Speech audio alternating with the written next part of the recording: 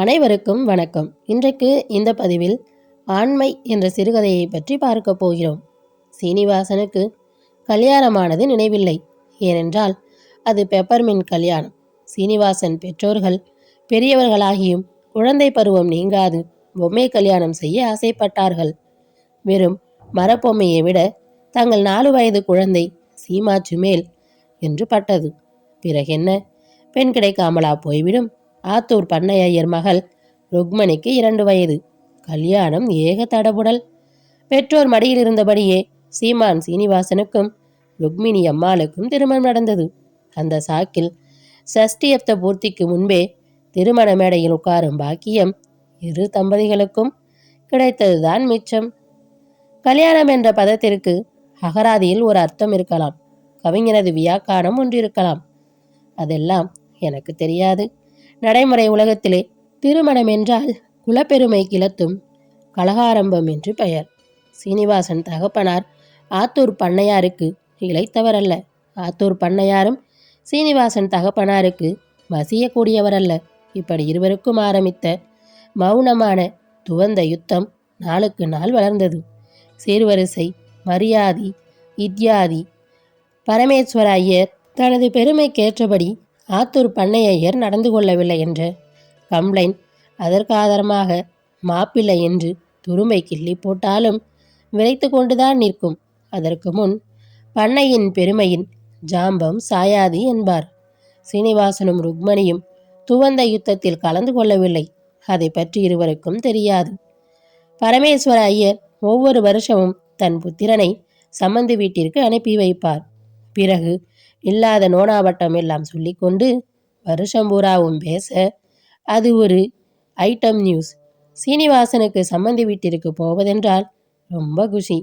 விஷயம் ருக்மணி இருக்கிறாள் என்று நினைப்பினால் அல்ல, பக்ஷணம் கிடைக்கும்.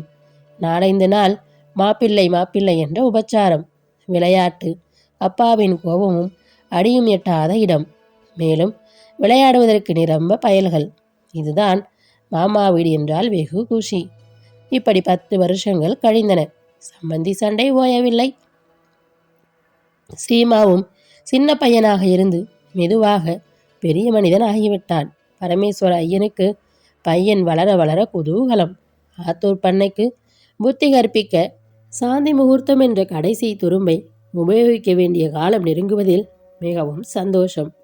ஆத்தூர் பயலை என்ன செய்கிறேன் பார் என்று தம் மனைவியிடம் வீரம் பேசினார். அவருடைய சதர்கமினியும் தனது கணவன் வீரபுருஷன் என்பதில் மிகவும் களித்தாள். சீமாவும் மாமனார் வீட்டுக்கு போவது படிப்படியாக தடைபெற்று போயிற்று. முதலில் கொஞ்சம் வருத்தம்தான். ஆனால் சீமா புஸ்தகம் படித்தவள் அல்லவா? அதில் தந்தை சொல்மிக்க மந்திரமில்லை என்று படித்திருக்கிறான். தந்தையின் சொல் மந்திரத்தை விட கைமந்திரத்தில் அதிக அனுபவம் உண்டு. சீமாவும் மாமனாரை விரைக்க ஆரம்பித்தான். காரணமும் கொஞ்சம் உண்டு. ருக்மணி முன்போல் அவனுடன் விளையாடுவதில்லை. ஓடி ஒளிய ஆரம்பித்து விட்டாள். ருக்மணியின் தகப்பனாரும் அவன் அங்கு ஒரு தடவை சென்றிருந்தபோது தகப்பனாரை பற்றி பேசிக் கொண்டிருந்ததையெல்லாம் ருக்மணி வந்து அவனிடம் சொல்லி எழுதாள்.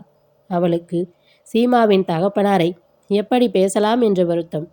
குழந்தையுள்ளத்தில் தன் ரகசியத்தை சீமாவிடம் அவன் அங்கு சென்றிருக்கும் பொழுது சொல்லிவிட்டாள். அதிலிருந்து ருக்மணி என்றால் சீமாவிற்கு தனது உள்ளம் என்ற ஒரு பற்றுதல். ஆனால் மாமாவின் மீதும் அத்தையின் மீதும் அடங்காத கோபம். அந்த கோபத்தில் ஏற்பட்ட வெறுப்பின் சாயை சீமாவின் மன உலகத்தில் ருக்மணியை தீண்டியதும் உண்டு. ருக்மணி புஷ்பவதியானாள். சடங்குகளும் ஏக தடபுடலாக நடந்தன. ஆத்தூர் பண்ணையர் நேரில் வந்து அழைத்தும் அங்கிருந்து ஒருவரும் போகவில்லை. ருக்மணிக்கு மிகுந்த வருத்தம். தன் சீமா வராமல் இருப்பாரா என்று ஏங்கினாள். ஆத்தூர் ஐயரும் குழந்தை ருக்மணிக்கு சாந்தி முகூர்த்தம் சேவிக்க ஒரு நல்ல தினத்தை பார்த்து பரமேஸ்வர ஐயருக்கு ஒரு கடிதம் எழுதினார். பரமேஸ்வர ஐயருக்கு இந்த கடிதத்தை கண்டதும் உள்ளம் ஆனந்த கூத்தாடியது. தான் நெடுநாள் எதிர்பார்த்திருந்த தினம் இந்த வேகத்தில் அன்று விருந்து நடத்தினர். பிறகு சம்பந்திக்கு ஒரு நீண்ட கடிதம், ஏறக்குறைய குற்றப்பத்திரம் ஒன்று எழுதினர். அதில் 5000 ரூபாய் கையில் தந்தால்தான் மகன் சாந்தி முகூர்த்தம் செய்வான் என்றும், மேலும் சம்பந்தி ஐயரவர்களின் சீர்வரிசை குறைகளையெல்லாம் இப்பொழுது சரிகட்டி மன்னிப்பு கேட்டுக்கொள்ள வேண்டும் என்றும் எழுதியிருந்தார். இந்த விஷயத்தில் சீமாவிற்கு மனத்தாங்கல்தான். இவ்வளவிற்கும் ருக்மணி பாவம் என்ன செய்தாள் என்று நினைத்தான். ஆனால் தகப்பனாருக்கு அடங்கிய பிள்ளை. சொல்லவும் முடியவில்லை, மெல்லவும் முடியவில்லை. இந்த விஷயத்தை பற்றி ருக்மணி தனக்கு கடிதம் எழுதுவாள் என்று எதிர்பார்த்தான். அவள் எழுதினாள். அவன் நாவல்களில் படித்த கதாநாயகி போல் ருக்மணியும் தன் காதலிக்கிறாள் என்று அப்பாவின் கோபத்தையும் எதிர்ப்பதற்கு தயாராக இருந்தான். ஆனால் கடிதம் வரவில்லை. சீமாவிற்கு பெரிய ஏமாற்றமாக இருந்தது. ஒருவேளை நாவல்களில் படித்த மாதிரி வேறொருவனை காதலிக்கிறாளோ என்னவோ. பொம்மை கல்யாணம் செய்யப்பட்ட பின் வேறொருவனை காதலித்து கடைசியாக பிரம்ம சாமஜத்தில் கல்யாணம் செய்து கொள்வதுதான் நாவல் சம்பிரதாயப்படி சுவாரஸ்யமான முடிவு. அப்பொழுதுதான் கதாசிரியனும் வாசகர்களே என்று ஆரம்பித்து குழந்தை கல்யாணத்தின் கொடுமைகளை பற்றிய விஷயம் எழுத முடியும். சீமாவின் உள்ளத்தில் என்னவோ எண்ணங்கள் எல்லாம் குவிந்தன. ஆனால் ருக்மணியின் மீது ஒரு பெரிய ஏமாற்றம்தான் மிச்சம். கடிதம் வரவில்லை. சீமாவிற்கு ஒரு யோசனை தோன்றியது. ருக்மணியை ரகசியமாக கவனித்தால் அல்லது அவளை சந்தித்தால் தன்னை காதலிக்கிறாளா என்று கண்டுபிடித்து விடலாமே என தோன்றியது. அப்பாவிற்கு தெரியாது, போக வேண்டும். சீமா இப்பொழுது சென்னையில் படித்து கொண்டிருக்கிறான். அப்பாவுக்கு தெரியாமல் போவது அவ்வளவு கஷ்டமல்ல. பள்ளிக்கூட மாணவனுக்கா தகப்பனாரிடமிருந்து பணம் தெரிவிக்க வழி தெரியாது? ஆத்தூர் ஐயர் அவர்களுக்கு பண்ணை திமிரும் சிறிது உண்டு. பரமேஸ்வரன் தன் வழிக்கு வராமல் எங்கு போய்விடுவான் என்று தைரியம். தன் சொல் சக்தியால் பரமேஸ்வர ஐயர் வேறு பெண் சீமாவிற்கு பார்க்க எத்தனைத்தால் தடுத்து விடலாம் என்ற தைரியம் இருந்தது. பயல் சீமாவும் இப்படி இருப்பானா என்று கூட சில சமயம் பேசியதுண்டு. இதை கேட்ட சமயமெல்லாம் ருக்மணிக்கு கண்ணீர் வரும். அவனை மறந்துவிடு, கொட்டத்தை அடக்கி விடுகிறேன் என்று ருக்மணியிடம் சொல்லிய காலங்களும் உண்டு. போங்களண்ணா என்று கண்ணீர் விட்டு உபவாசம் இருப்பதே ருக்மணியின் வழக்கமாகிவிடும் போல் இருந்தது. அவள் கணவன் என்ற வார்த்தையின் பூரண அர்த்தத்தை அறிந்தவள் அல்ல. உள்ளத்திலே ஏதோ தன்னை அறியாத பக்தி, பாசம் சீமாவின் மீது வளர்ந்து கொண்டே இருந்தது. சிறு பருவத்தில் அவனுடன் விளையாடியதெல்லாம் ஒன்றிற்கு 10 உள்ளத்தில் விளையாட ஆரம்பித்தன. எத்தனையோ தடவை அவருக்கு கடுதாசி எழுத வேண்டும் என்று காகிதங்களை எடுத்து முன்வைத்த நேரங்கள் உண்டு. ஆனால் என்ன நினைத்து கொள்வாரோ, மாமாவுக்கு தெரிந்தால் பெரிய அவமானம் என்ற பயம். ஊர்வாயை மாட முடியுமா? ருக்மணி வாழாவெட்டியாகிவிட்டாள் என்று ஊர் கிழவிகளிடையே பேச்சு. ஊர் சிறுமிகளுக்கும் ருக்மணி என்றால் சிறிது இலக்காரம். இதனால் ருக்மணிக்கு ஆறுதலாக ஒருவரும் இல்லை. அவள் தாயார் அவள் தகப்பனாரின் எதிரொலி. புஷ்பங்களிலே பல வகை உண்டு. சிலவற்றை பார்த்ததும் குதூகலம், களிப்பு இவையெல்லாம் பிறக்கும். சில சாந்தியை அளிக்கும், சில உள்ளத்தில் காரணமற்ற துக்கத்தை, சோகத்தை எழுப்பும். ருக்மணி இயற்கையிலேயே நல்ல அழகி. சிறு பிராயத்திலேயே ஆளை விழுங்கும் விழிகள். அதுவும் இயற்கையின் பரிபூர்ண கிருபை இருக்கும்பொழுது. ஆனால் கூம்பி சாம்பிய உள்ளத்தின் உள்ளொளி அவளது துயரம் தேங்கிய கண்களில் பிரதிபலிக்கும். அவளை பார்க்கும்பொழுது நம்மை அறியாத பெருமூச்சு வரும். ஊர் பேச்சிற்கும் பொற்சரிப்பிற்கும் பயந்து அதிகாலையிலேயே ஆற்றுக்கு சென்று விட்டு வந்து விடுவது வழக்கம். ஆத்தூரில் ஊருக்கு சற்று கூப்பிடு தூரத்தில்தான் ருக்மணி பயமற்றவள். அன்று விடியற்காலை நிலா பால் போல் காய்ந்து கொண்டிருக்கிறது. ருக்மணி குடம் எடுத்துக்கொண்டு குனிந்த தலை நிமிராமலே ஆற்றிற்கு செல்கிறார். கண்களிலே சற்று கூர்ந்து முகத்துடன் நெருங்கி நோக்கினால் சந்திரனில் பிரதிபலிக்கும் கண்ணீர்.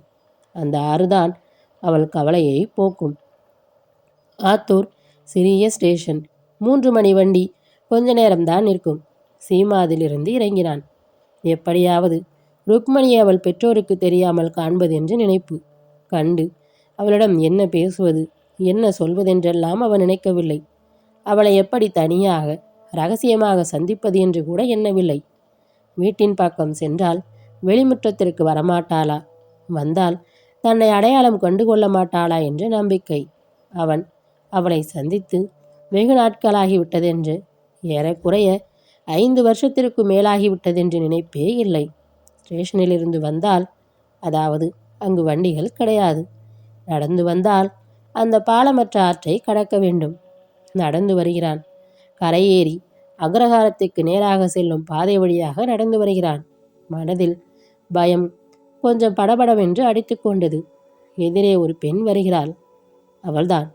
விதியும் கோழை சீமாவின் மேல் கருணை கூர்ந்தது போல் அவளை அனுப்பியது. பால் போன்ற நிலாதான். சிற்றாடை கட்டிக்கொண்டு சில சமயம் சீமாவென்று கூப்பிட்டு பின்னோடு அலைந்து கொண்டிருந்த ஒரு குழந்தை திடீரென்று 14 வயது நங்கையாக, அதிலும் அழகியாக மாறியதைக் கண்டால் யாருக்குத்தான் அந்த மங்கிய நிலவில் அடையாளம் கண்டுபிடிக்க முடியும்? அவள் தன்னை கடந்து செல்லும் வரை கூர்ந்து கவனித்தான். உள்ளம் அவள்தானா என்று காரணமற்று கூறியது. ஆனால் அவள் ஜாடையெல்லாம் மெதுவாக பெயரை சொல்லி கூப்பிட்டால் நம்பிக்கை யாரை விட்டது? ருக்மணி என்றான். அந்த பெண் திடுக்கிற்று நின்றாள். ருக்மணி. வந்தவள் ருக்மணிதான். தன் பெயரை கூப்பிட்டது கேட்டதும் பயம், வாயடைத்த பயம். ஆனால் குரல் ஜாடையெல்லாம் 2ஆம் முறை சப்தத்தில் யாருடைய மாதிரியோ பட்டது. ருக்மணி என்றான் மறுபடியும். சற்று தைரியமாக. யாரது என்றாள். நான் தான், சீமா. வார்த்தைகளை கேட்டதும் அவள் உள்ளத்தில் தாங்க முடியாத குதூகலம். அதில் பிறந்த சோகம். கண்களில் ஜலம் தாரை தாரையாக பொங்கியது. அழ வேண்டுமென்றிருந்தது. சிரிக்க வேண்டுமென்று தோன்றியது. கண்டத்தில் ஏதோ ஒன்று கட்டியாக உருள்வது போல் இருந்தது. உதடுகள் அழ வேண்டுமென்று துடித்தன. உதட்டை மெதுவாக கடித்து கொண்டு விழுங்கினாள். ருக்மணி. என்ன, இன்னும் அடையாளம் தெரியவில்லையா? இன்னும் சந்தேகமா என்றான் சீமா. இல்லை, ஆத்திற்கு வாங்க போவோம் என்றாள். நான் அங்கே வரவில்லை என்றான் சீமா. ருக்மணிக்கு ஏதோ மனதில் அடித்த மாதிரி இருந்தது. உன்னை பார்க்கத்தான் வந்தேன். இங்கே வா, ஆற்றங்கரை பக்கம் போவோம் என்றான் அவன். சரி என்றான். சீமாவிற்கு இதில் சிறிது ஆச்சரியம்தான், வெகு துணிச்சல்காரி என்று பட்டது. ருக்மணி, உன்னிடம் ஒன்று கேட்க வேண்டும், கேட்பாயா என்றான்.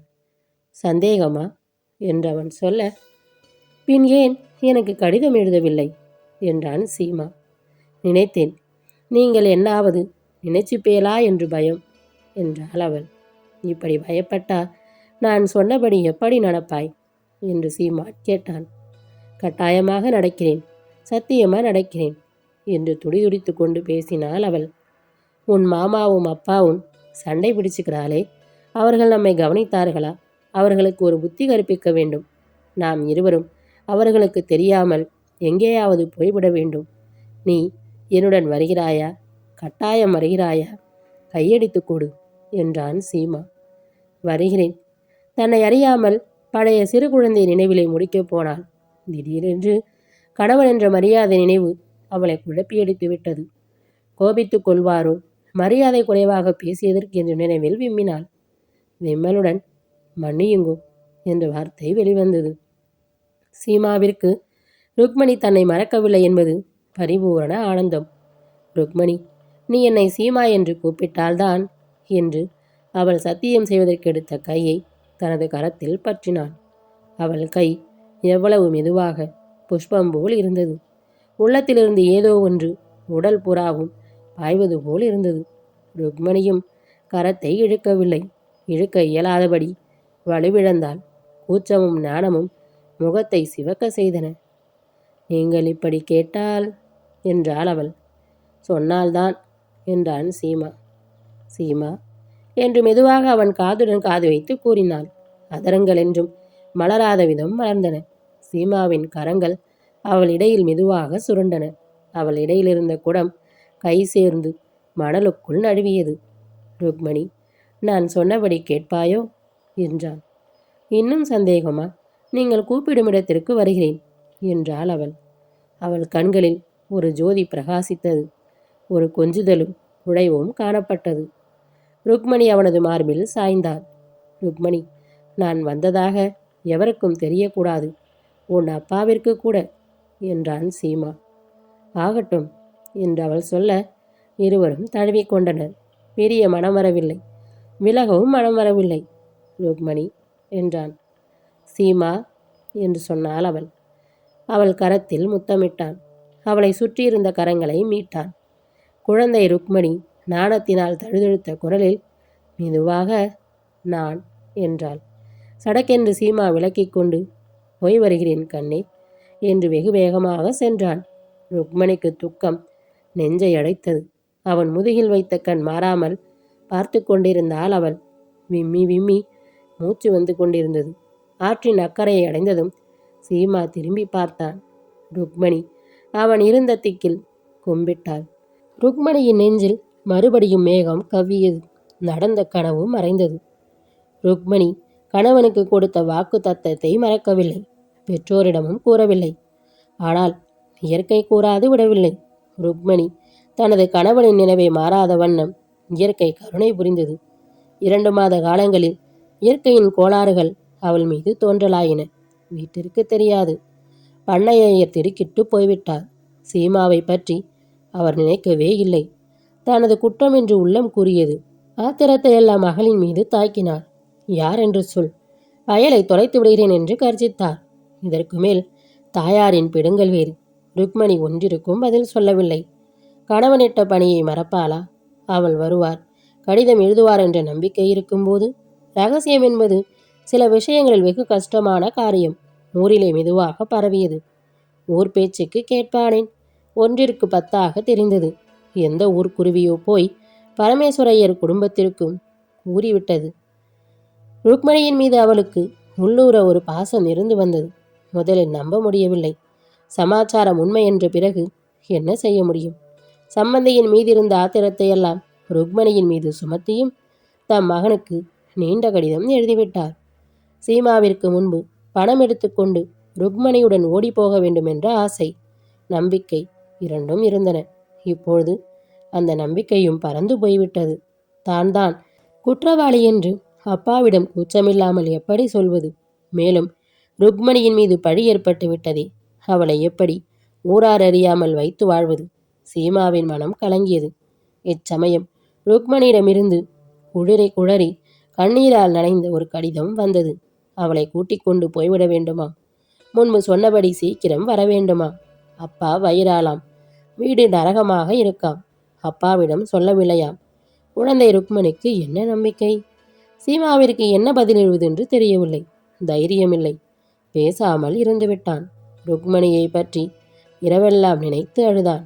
ஆனால் தகப்பனாரிடம் வேறு கல்யாணம் செய்து கொள்ளப் போவதில்லை என்று கூற தைரியம் இருந்தது. அப்பா இருக்குமிடத்திற்கும் சென்னைக்கும் வெகு தூரம் அல்லவா?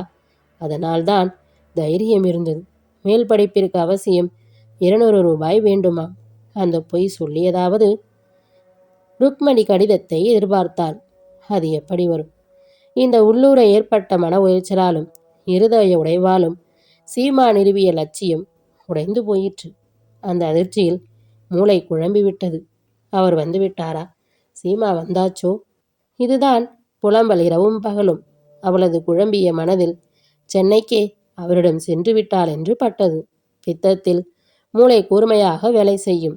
இரவு எல்லோரும் படுத்த பிறகு அப்பாவின் பெட்டியை திறந்து பணத்தை எடுத்துக்கொண்டாள். அன்று சீமா விடியற்காலையில் சென்ற வண்டியில் போய்விட வேண்டும் என்ற திட்டம். பித்தத்தின் கதியை என்ன செய்வது? நினைத்தபடியே செய்து முடித்தாள். வண்டி சாயங்காலம் சென்னையிலே கொண்டு வந்து சேர்த்தது. பிறகு அவளுக்கு தெரியவில்லை. பித்தத்தின் வேகம் அதிகமாயிற்று. அவரை கண்டீர்களா? சீமாவிடம் கொண்டு விடுங்கள். இதுதான் வார்த்தைகள். சென்னையில் கேட்க வேண்டும். அதிலும் ஒரு அழகிய சிறு பெண் அலங்கோலமாக போகும்பொழுது அவளை தொடர்ந்து காலை கூட்டமும் முக்கால்வாசி சிறுவர்கள் கூடியது. சில விடரல்களும் தெரிந்தார்கள். ருக்மணியும் ஏகாகிரந்தையாக அதே புலம்பலுடன் சென்றாள். சிலர் சிரித்தார்கள், சிலர் துக்கப்பட்டார்கள். சென்னை அவசரத்தில் வேறு என்ன செய்ய முடியும்? மற்றவர்களுடன் வருத்தத்துடன் பேசிக்கொண்டு சென்றார்கள்.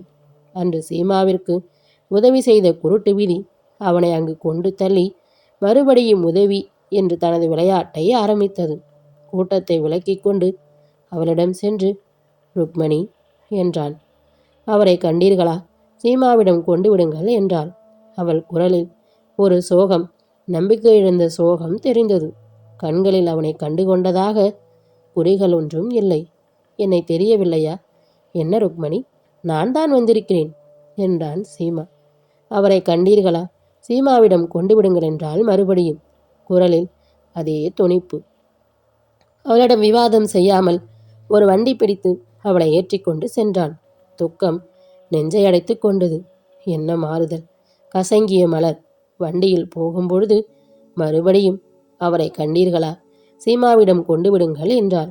சீமாவிற்கு பதில் பேச முடியவில்லை. அவள் அவனை கண்டுகொண்டாளோ என்னவோ எனக்கு தெரியாது. ஆனால் சீமா பரமேஸ்வர ஐயரிடமும் உலகத்தினர் முன்பும் ஆண்மையுடன் நடந்து கொண்டான். இத்துடன் இந்த கதை நிறைவடைகிறது. அடுத்து வரும் பதிவில் மற்றும் ஒரு நல்ல கதையுடன் சந்திப்போம். நன்றி, வணக்கம்.